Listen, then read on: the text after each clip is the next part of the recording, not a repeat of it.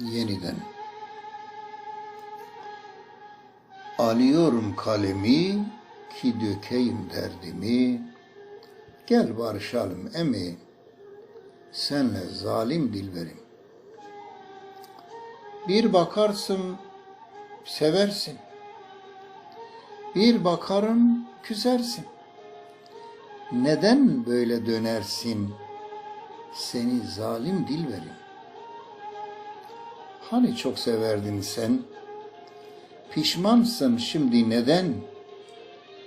Gel barışalım yeniden, senle zalim dilberim. Ölüm var dönüş yok derdin, benim için dert kederdin.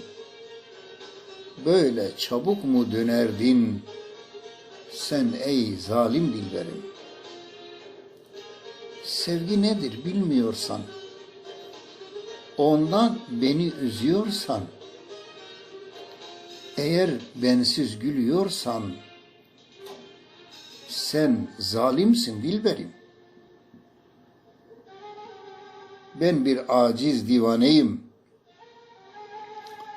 bilmem çilemi yazayım, aşkından ben 1000 hastayım, senin zalim dilberim, seni zalim dilberim.